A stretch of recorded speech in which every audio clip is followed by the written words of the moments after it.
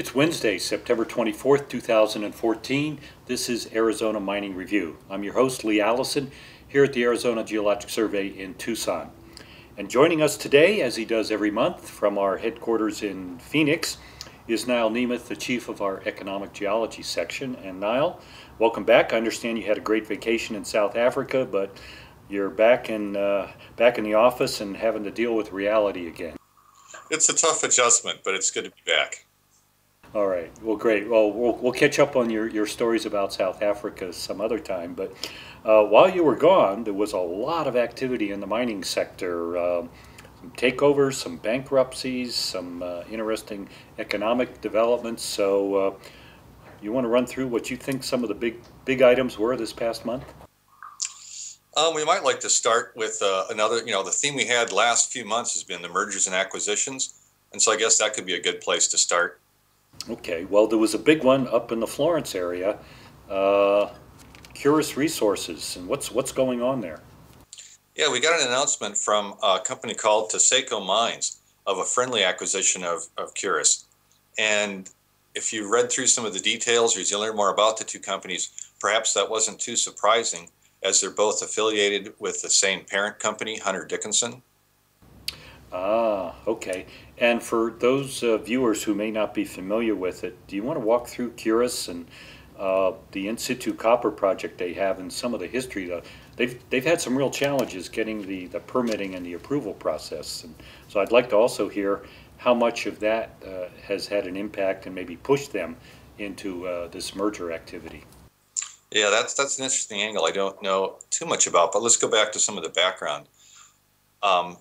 Old-timers like myself may think of this as the Poston Butte project. They're currently calling it the Florence Copper In Situ Leach Project, and it's located just a short distance to the northwest of the town of Florence. Curious has recently been working at permitting the property. They're very close. They're in the final stages of the phase one of a production test facility, and that's going to consist of a 24-well in situ leach field, and they'll also be constructing as part of that a solvent extraction copper recovery plant. Right, and for those of us who have been following it, they've had a real battle here for a number of years. Their predecessor was not their predecessor, but a previous owner was going to develop a similar project. The economics changed, and then property was sold for housing development. And then when the housing market collapsed a few years ago, Curious came back in and resurrected the copper project. But some of the real estate developers in the region have been fighting that very aggressively. And so that's been one of the more controversial mining projects going on in the state. Yeah, I don't know that the mining property per se was sold, but I don't know that it was ever planned for residential development. But when the proposal was for a conventional mine, there was a large land position that would have held dumps and tailings, and that's some of the area that's been developed for real estate. And again, that's where people have gotten quite concerned, even though there's been now a long hiatus from the earlier test in situ effort to show that there's not probably going to be any effect to groundwater. But those residents are concerned that the new proposals threaten their groundwater. Okay. So what prompted this takeover? Did they say anything? Deeper pockets? I think that's similar to what we saw with Hud Bay. We've got a producer here. Taseko has an operating copper property in British Columbia, Canada. That's the second largest copper mine up there. And they process currently, after a recently completed expansion, about 85,000 tons per day and producing 165 million pounds of copper per year. So they've probably got those deeper pockets from that ongoing operations and cash flow. Plus, they've got a larger technical team they can bring in and support some of the existing staff that's there at the Curious operation at Florence. Okay, that's what I was just going to ask. It sounds like they would have a much larger base of operations to help support the Curious. Yeah, in 2007, they restarted their SXCW plant, so they've got that leach recovery expertise in-house. Well, it's going to be interesting. I haven't seen any response yet from the local community up there in the Florence area about this. But I guess we'll have to see when Curis or now with the new Taseko moving forward, when the next permitting step is going to be and how the community responds to that. Yeah, this is a friendly takeover, but it hasn't closed yet. We're expecting to see the closure of the deal occur in October of 2014. Okay, so coming up next month. Yeah, shouldn't be too far. I'm sure we'll comment further in the future on that. Right. I'm sure we're going to come back to this one definitely in the future. Hey, Mercator Mineral Park, what's going on with that? Yeah, this is one where a collapse of a proposed merger has led to even more debt because of the fees required for the failure to close the deal. And obviously, that was about a $13 million bridge loan that, let's back up a second. So we've got Mercator has a property called Mineral Park located about 30 miles to the northwest of Kingman. And that's both a conventional copper moly concentration plant as well as a smaller leach operation. Anyways, and they've been struggling with they're doing pretty good on their operating cash costs, but they're not operating sufficiently profitable to pay down their incurred loans for construction of that concentration plant. There was a deal that was proposed late last year that failed to close. The deal blew up in August of this year, and that was from a Russian-backed company called Intergeo, and that's led to the current notices that have been issued both in Canada by the parent company and here by the subsidiary, Mineral Park Inc., of restructuring in the U.S. under Chapter 11 bankruptcy law. All right. What happens if Mercator, with this Mineral Park property, goes into bankruptcy? That's going to have some huge impact in Mojave County, isn't it? Yeah, well, things are looking fairly grim. Just to kind of toss out a couple more details about the bankruptcy. In late August, we've had Mineral Park Inc. is incorporated in Delaware. So we've had a bankruptcy judge there approve the use of on-hand cash and collateral to pay employees, to pay some critical suppliers, and to pay the shipping and custom dues. Some of their concentrates get exported down through Nogales so that they can keep operations running. But they are right on that step of collapse unless they get a sale or some white knight to show up, but that doesn't seem too likely at this time.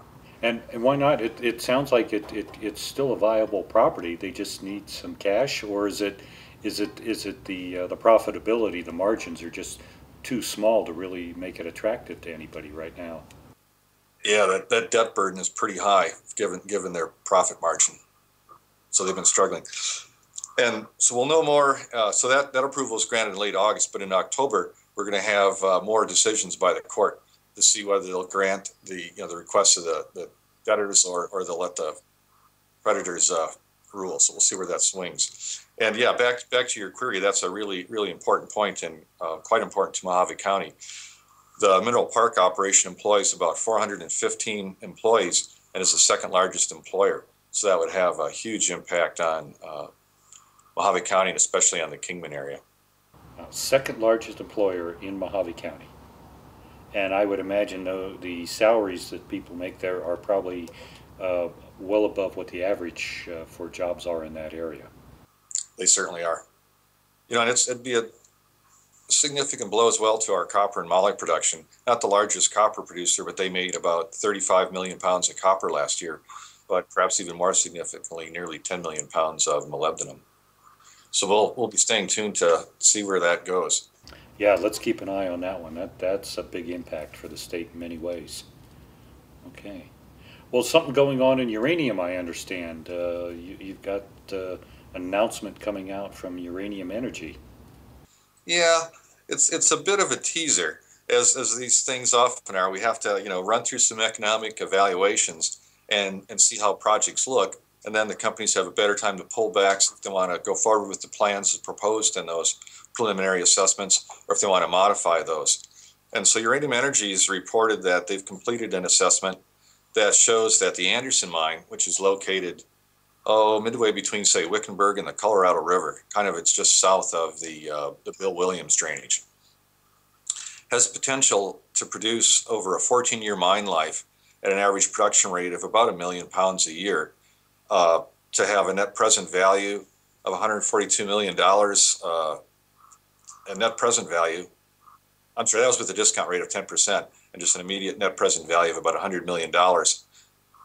But this is the big but. It was based on a price of $65 per pound. Which seems a little unrealistic. Well, there's all those plants we hear about being constructed in China, India, but certainly the recent closure of many of the plants, all the plants for a while, in Japan after the Fukushima tsunami has certainly had a depressing effect on the uranium spot price, leaving us today at about $30 a pound, so about half of what they used for the economic assessment. Well, 1 million pounds a year sounds like a fairly major operation. Do you have a sense of how that compares to other production and the demand around the world for uranium? I don't know if I have a feel for that world production, but if we just bring it back to Arizona context, this property is operated in a very small basis back in the 1950s, and it produced, I think, less than 50,000 pounds from that effort. What they're proposing here would certainly be on a similar scale to the breccia pipe production we see off the Colorado Plateau, that same scale.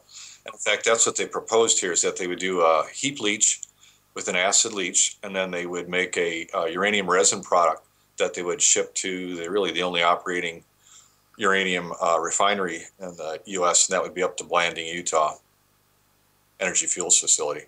All right. Well, it'll be interesting to see if they can move forward with those kinds of number projections, cost or not, revenue projections, or if they'll be able to get something going at closer in line with what the prices are today, unless we're all expecting the prices to double here in the near term. You know, I can't forecast the price, but I think it's important to recall that just a few years ago we were seeing spot prices in the $130 a pound. And so they used to figure that's half of what it was at the peak. Who could have predicted the Fukushima event and depression on prices? So we'll see. Lots of the uranium is sold to energy providers under long-term contracts, and those are often above these low bottoms that we see to the spot price. Right, and as you mentioned, new plants coming on all around the world. The Japanese getting their plants back operating. We've lost some of that Russian production, or not production, but conversion of old Russian weapons into uranium. That's gone away. So, yeah, we've been seeing upward pressure on prices here, I think, starting to materialize or project. So maybe they're on track here. Maybe they see where things are really going, and this will be realistic prices here, and not that long term. All right. Well, I think you've got one other piece of news I understand about ASARCO and the investment in the Hayden smelter. Yeah, we might like to just go back for a second and review why ASARCO is going to make this investment that they've announced. In early September, the EPA set new limits under the Clean Air Act as part of their regional haze program that required reductions of nitrogen oxide, sulfur dioxide, and particulate matter. And they particularly named a number of facilities, including 5 mining operations, or 5 mining-related operations in Arizona. And those would have been the Loist Nelson Lime Plant, the 2 cement plants, Salt River Materials, Phoenix Cement, and Cal Portland's Rito Cement Plant. And then it also named 2 smelters, and those were the Freeport Smelter at Miami. And we've already heard about some of their plans to modernize and invest in that operation. And then lastly, the Hayden Smelter of ASARCO. And how much are they putting into this? Yeah, they've announced just recently that this will be a $100 million upgrade that will greatly reduce their sulfur dioxide emissions by some really impressive statistic. Let me see if I can find it. I think it was like a 95% reduction. 85% reduction. So they end up recovering about 99.7% of their SO2 emissions. Okay. Well, that signals a fairly strong, healthy confidence in this operation going forward for quite a few years to put that big an investment in it. Well, it's an important operation to them, not only for the processing of the copper concentrates, but it also produces a significant amount of captured SO2 to convert to sulfuric acid, which is used in leaching copper operations throughout the state. So it's important for the rest of the industry for this to keep running as well. I suspect they use most of that themselves, but yeah, it's still important. It's more than they could send the concentrates out and get them converted to get them smelted elsewhere, but then you'd have to find another source for that sulfuric acid. And once again, this is a really important thing for central Arizona. The smelters tend to be very labor intensive. The Hayden smelter employs about 1,400 employees, and so it's a large source of wage and benefit income into central Arizona, and it also is a very valuable capital asset, which is taxed, so it's important for those revenues. Right, and based on, we don't have the numbers at hand here, but based on statewide statistics, I think we've seen that jobs in the mining industry typically are about twice what the average pay is for jobs overall across Arizona. So given the scale of this, it's got to be one of the major economic drivers of this part of the state's economy. Yeah, it's when we just say the Hayden smelter, it's kind of always interesting to know that that's now over 100-year run of operations. And it's been many campaigns like this of modernization and improvements that have kept that facility economic and in compliance with the environmental regulations. Well, Niall, I think we're out of time for this segment. A lot of interesting information, and I think we're going to have to follow up on everything that you've talked about today. So we're going to be watching this over the next several months for all of these developments and seeing what comes out of them. So as usual, thank you for joining us, and we'll look forward to talking to you next month. Yeah, it's been another interesting month. We'll see you next month, Lee. Okay, thanks, Niall.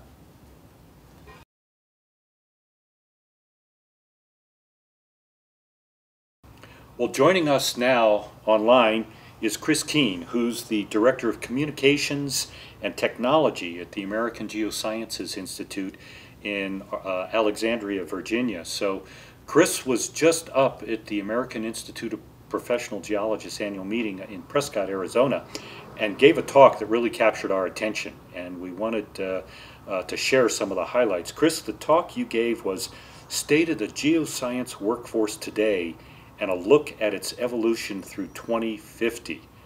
So welcome to the show first, and can you tell us what were the points that you made that really grabbed people's attention up there? Thanks, Lee, for the opportunity. Really sort of the core points that we were talking about was the fact that right now there's about 300,000 geoscientists working in the U.S. and in the next 10 years, about half of them are slated to retire, almost certainly will be retiring. And then when we work with the Bureau of Labor Statistics, they're actually showing an increased aggregate growth of another 45,000 geoscientists.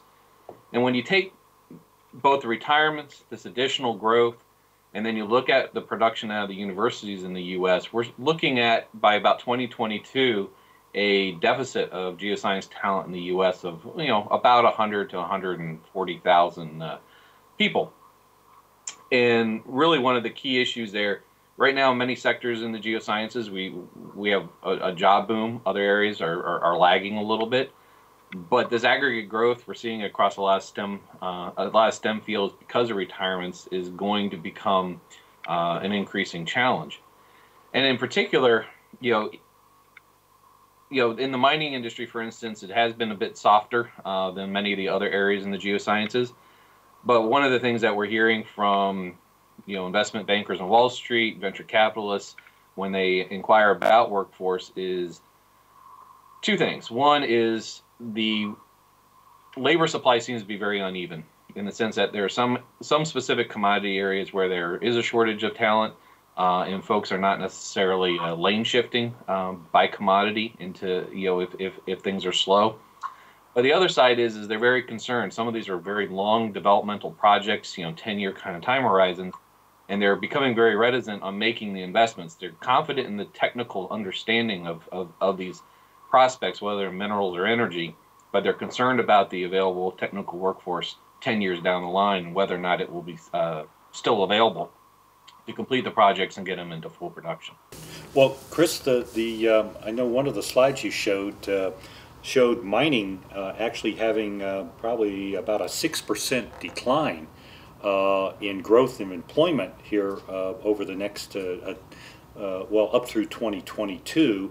So let me ask you, why is mining going down? The only thing dropping more than mining is federal government employment. All of the other sectors are increasing. And then if you could address that, you've got another area in there about support activities for mining. But let's start with, why is mining standing out compared to all other sectors for job losses over the next 7 years? It's actually, yeah, it's a good question. This is actually a artifact in the way the U.S. Government Bureau of Labor Statistics reports their data. So, for whatever brilliant reason, employment in oil and gas industry, whether it's in a major or intermediate or an independent company, and the support services tend to actually be in the same bin for oil and gas. But on the mining side, if the proper mining companies, mining holding companies, the employment there is actually separated from mining support services. So what we're seeing is actually the offloading of the geoscience development activities into basically contract work.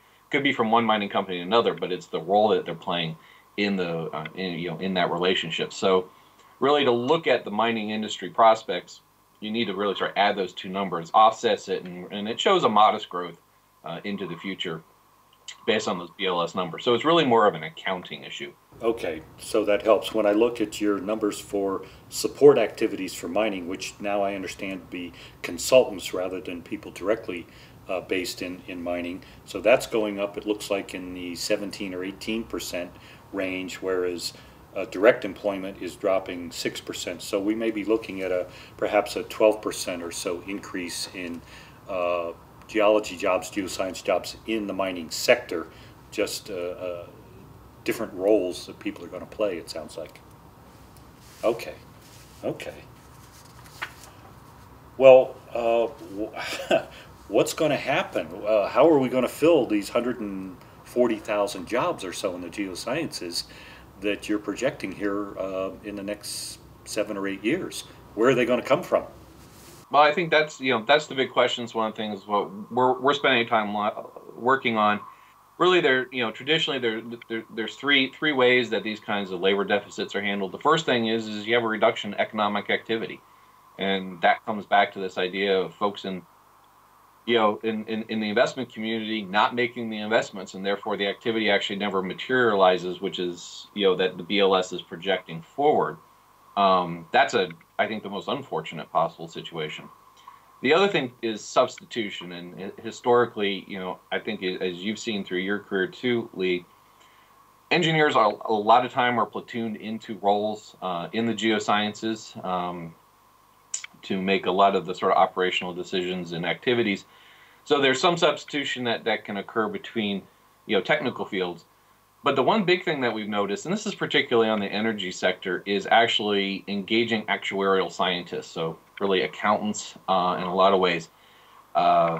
In the resource industry, a lot of geoscience positions are really risk assessment exercises, and a number of the companies are making decisions that they can make that risk assessment on a technical basis or basically on a financial basis, and just use the best general available technical knowledge that might be derived out of available staff. So that's to me, I think from the geosciences, a more concerning kind of switch, and one that we hope we don't see happen.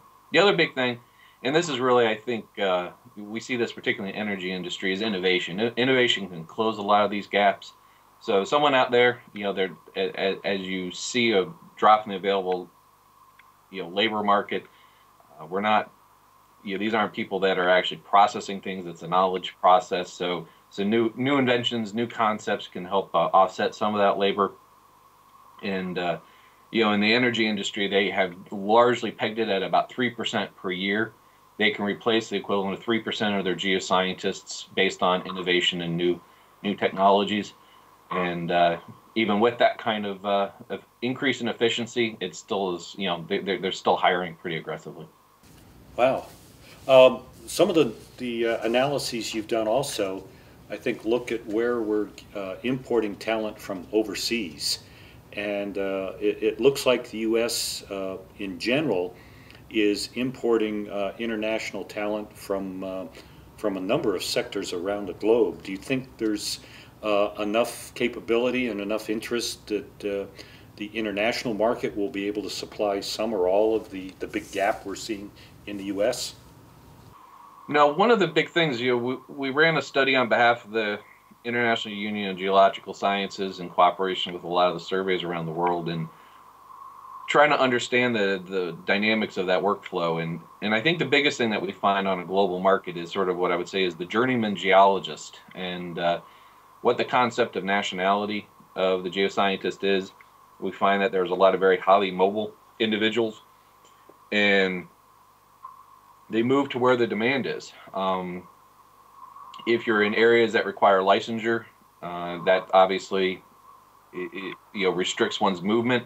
But certainly at the more junior levels, which are doing straight up technical work, maybe don't have to represent to a stock exchange or to a state regulatory agency, a lot of those folks are able to move. So then basically it's a global market, and as demand ebbs and flows in various areas, some of these individuals will migrate. I think the challenge we face is the typical U.S. student graduate does not tend to be terribly mobile. They're not moving overseas. So our domestic production of human capital is largely remaining here in the U.S. And there certainly has been well-measured migration out of Southern Africa, like out of South Africa and their schools, both to Europe and to North America. But in that global market, we have demand coming out of South Asia for talent, Australia, Canada, north of the border, all kinds of other areas pulling on that global workforce. So that is a challenge, I think. And given the current political climate and availability of things like H-1B visas is also a question. So I think that might also answer part of the reason why we see increasing use of consulting firms in a lot of the resource industries. It allows them to be more nimble and mobile as far as tapping talent around the world. Well, another area that, and your statistics and charts here are really fascinating. When I was coming through as an undergraduate, we only had a few women in the program. And as I'm looking at your graphs here, we're now seeing that whether it's bachelor's, master's, or PhD, women are making up 40 to 45% of geoscience programs. So do you anticipate that we're going to see an increasing percentage of women moving into geosciences? And is that a target area where we may be looking in another area to fill the shortfall? I think the issue of gender equity is a big one. The geosciences is one area in diversity where we do well. Of all the sciences, the only one with greater participation of women is in the biological sciences, but they're up around the 70% level. They're well overrepresented. We're the closest to being uniformly represented. When you look at university enrollments currently, new enrollments I think this year was around 58% female. So the population is, the college population is dominantly women, and I think we will continue to see slow, steady growth. We did see a bit of a leveling off. We had decades of steady growth. We saw some leveling off in some of the very rapid enrollment growth over the last couple of years. The best we can assess is that has been a lot of individuals that have come into the geosciences largely sort of riding on the oil boom, looking at in places like Williston and stuff, looking for opportunities sort of to get out into the field, get out onto the rigs. Not necessarily sort of that core population that has always been there and has been growing and developing the bulk of the population. So we do expect women to be hopefully we'll cross that 50% threshold sooner than later.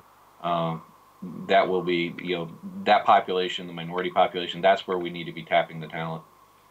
Well, I'm looking at some of your other charts, and you mentioned oil and gas, and I see that when you analyze where folks with bachelor's degrees got their jobs, almost a third were in oil and gas and another 25% in environmental services.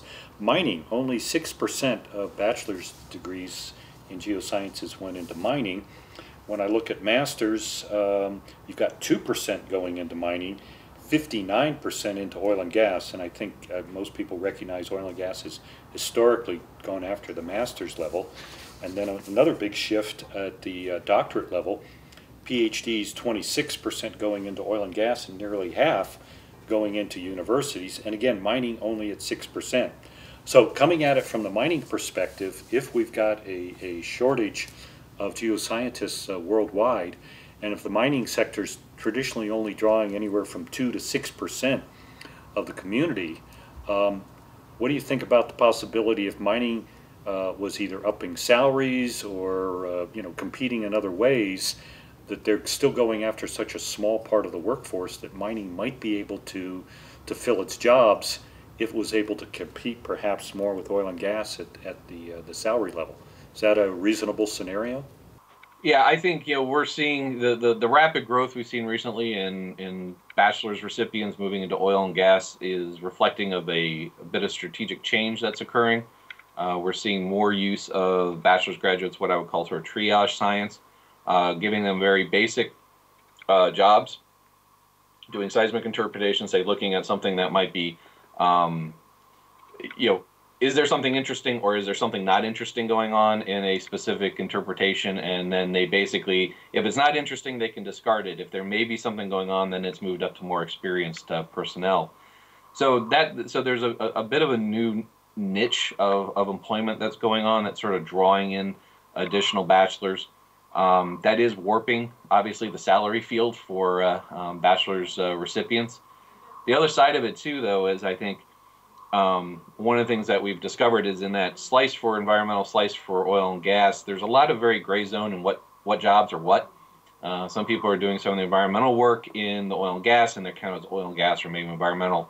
We also feel that there's a number of folks that might be working on water issues, reclamation issues in the mining industry. They're probably falling under in the report as under the environmental sector, not necessarily in mining. I suspect that several percent going into mining at the various levels are really very much in the direct exploration and production side. Increased salaries, certainly helps a lot. I think we do face for mining an increased challenge that our population is increasingly urban. So the kids coming out of school, doing work in some of these more remote locations is a bit more foreign of a concept to them. And so I do think that there is a process of education, doctrination on what actually working in the various industries means and sort of the natural progression one might see and what that kind of lifestyle that they might expect. And I think it's a little hard. I think, I hear from a lot of students, they're just very unsure what it actually means. Are they going to be living in some very remote location for the next 20 years or, can they still live their life and do their job? And so I think there's education that needs to happen, and that's something that, we've certainly been looking at and based on feedback we get from students. Wow, that's a really good point. I see a role there for the mining industry to help educate students and the workforce coming along about the opportunities. Well, Chris, we're running out of time here for this segment.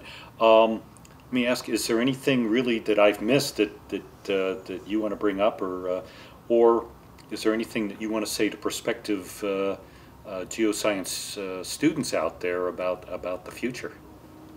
I think one key issue that we've run into is field experience and sort of core geoscience courses. It doesn't really matter what industry individuals are interested in working. It keeps coming back that they are looking for core geoscience background, same kind of courses I'm sure you took and I took in college.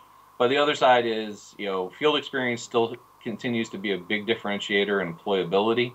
The big challenge that we face, and we're trying to figure out how to get the community engaged, is we had 20% of our bachelor's graduates last year say, I tried to take a field course and there was never any space available. We're way oversubscribed for field course slots across the country.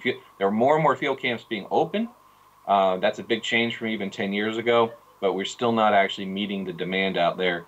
And so I think from an employer standpoint is also recognizing that there is a population of students that are, or new graduates who are willing and interested and motivated on the field side, but may not ever really have been given the full opportunity that perhaps some students that went to more traditional schools that are had those spaces already pre-allocated. Wow, that's an important concept, that there's more demand for field courses than the courses can supply. Well, Chris, we need to wrap up. Let me thank you so much. This has been fascinating. We could probably go on here for another half hour at least. And so maybe we'll follow up with you on a later show and pursue some of these analyses you're doing. They have a big impact. But let me thank you so much for joining us on AMR today. Thanks, Lee. It's been my pleasure. We'll talk to you soon. All right. Well, that wraps up another episode of Arizona Mining Review. Thanks for joining us. Our program is produced and directed by Mike Conway. Behind the camera is Stephanie Marr, and editing is Jordan Matty. We look forward to seeing you next month on Arizona Mining Review.